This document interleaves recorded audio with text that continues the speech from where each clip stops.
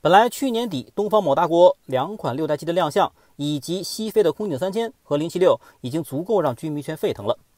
不过没想到这2天中国军工再整大活。昨天一张来路不明的试飞照在社交媒体上流传开来。从传出的照片来看，这架飞机既没有垂尾，又是大号掠翼，再加上一身融合的设计，满足了对6代机气动外形的全部需求。更重要的是，它与此前曝光过的成飞的歼36和沈飞的歼50完全不同。这架新机型不同于此前歼36 3台发动机那样紧凑的布局，新机的双发布局间距足够宽，这就意味着它的续航能力不会差，而且内置弹仓也会更大，装载更多弹药不成问题。所以单从外形来看，它和歼36和歼50就不是一个路子。因此照片刚一出来的时候，美国的战区杂志立刻把神经拉满，发文称这极有可能是中国试飞的第3款隐身6代机，并称它既可能是一款跟6代战斗机配合使用的中程僚机即无人机，也有可能是一款有人6代机。据传这架飞机试飞的时候是在陕西西安被拍到的。那第一个想到的肯定就是西飞了，不过西飞擅长的是轰炸机、运输机或者歼轰机等等啊。你要说这次试飞的是西飞的轰20还靠那么点谱，但直接要上6代战斗机，这对没有任何5代战斗机设计经验的西飞来说，确实是有点大跌所有人的眼镜了。不过从多张新机型的谍照来看呢，该机外形像极了西北工业大学之前发表过的一个专利。去年西工大就公开过一个可变后掠翼舰载机的设计方案，图里的战机同样是无水尾，翼尖向后斜切，后掠翼可变，双发喷口呢还藏得很深，尾部还有锯齿状的结构，就连肚子底下留着的内置弹仓空间都和这次拍到的新机对上了。如此来看，说它是西工大方案的实物版还真是有可能的。那么如果确实是出自西工大的这篇学术专利，那么我们看到机头上方的是存在驾驶舱的，换句话说就是有人驾驶的6代机了。那也许很多人会说，专利的图片虽然是设计了驾驶舱，但不代表最终实物就不能被设计为一款无人机啊，毕竟没有拍到清晰的机身上方的图片嘛。说的也是啊，的确是无图无真相。那接下来我们就来看一下这款新机是中程僚机的可能性了。首先从曝光的照片来看呢，根据起落架、机身长度和翼展的比例，虽然翼面不像歼36面积那么大，但翼宽接近，而从尾喷口的比例来看，发动机也不会太小，而且机头部分顶着那么大个空速管，说明机头传感器的配置也并不简单，绝不是无人机那种轻量级平台。所以综合以上判断，尽管没有拍到新机型的驾驶舱位，但显然不是什么小打小闹的无人验证机那么简单。要真的是无人机，体积如此之大，雷达武器系统又足够复杂，成本恐怕比有人机也低不了多少。这样所谓中程僚机的低成本优势也就荡然无存了。因此本频道还是更倾向于是无人机这种可能性概率很低。那么如果真的如西工大原始方案的有人机，那会不会也如专利中所提及的，这是一款有人的舰载6代机呢？从其专利中所提及的可变后掠翼的设计呢，其实是具备登舰条件的。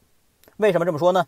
在航母上要起降固定翼舰载机，最关键的是既要能保证起降时低速的稳定性，又要能在空战时超音速高速飞行。可变后掠翼的设计刚好能平衡这2点。也就是说，当飞机起降时，机翼尽可能展开至最大，以增加升力和稳定性；而在高空时，机翼再尽可能收窄，以减小高速时的阻力。当然，除了可变后掠翼外，也许有人还会担心啊，6代机这么个大家伙，登上航母也太占地方了吧？机库能摆得下吗？这就涉及到尺寸问题了。我之前刚发过一个短视频，你所见并非你所想。有些人下意识的会认为6代机要比5代机大很多，而5代机要比4代机大很多。而实际上呢，从之前6代机歼36首飞时，歼20在一旁伴飞，两者的机身长度其实是差不多的，只不过歼36的翼展面积更大。歼20的长度呢为 21.2 米，推测歼36的长度大致会落在20至26米之间。那5代机歼20与4代机歼15T 的对比呢？你可能想象不到啊，歼15T 的长度达到了22.28米，甚至超过了歼201米多，而翼展15米更是超过了歼20的13米。所以歼15T 有世界最大重型舰载机之称，绝非浪得虚名。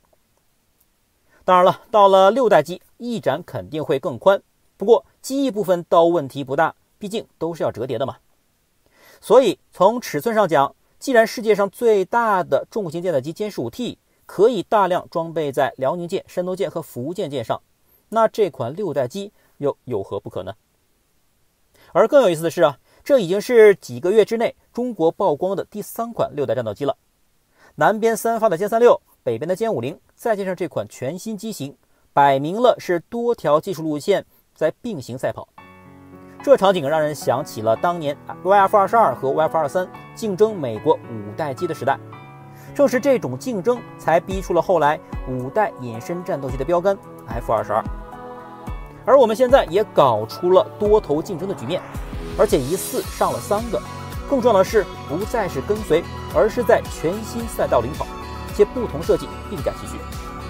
这样不光能激活航空工业的潜力，还能让不同设计理念碰撞出火花，最终不断优化和完善，并打造出最符合未来空战要求的终极产品。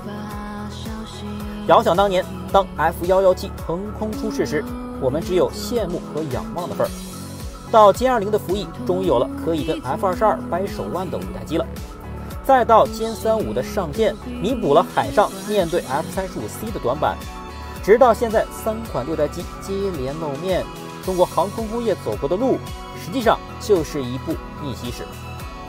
而更令美国人绝望的是，这还只是刚刚开始。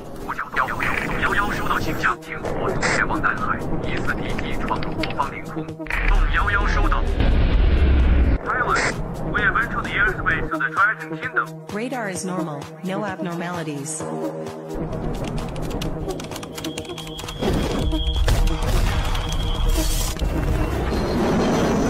Alert, unknown fighter jet, approaching at high speed. Adjust formation. Prepare to engage the enemy. The target is difficult to lock on, it's too fast.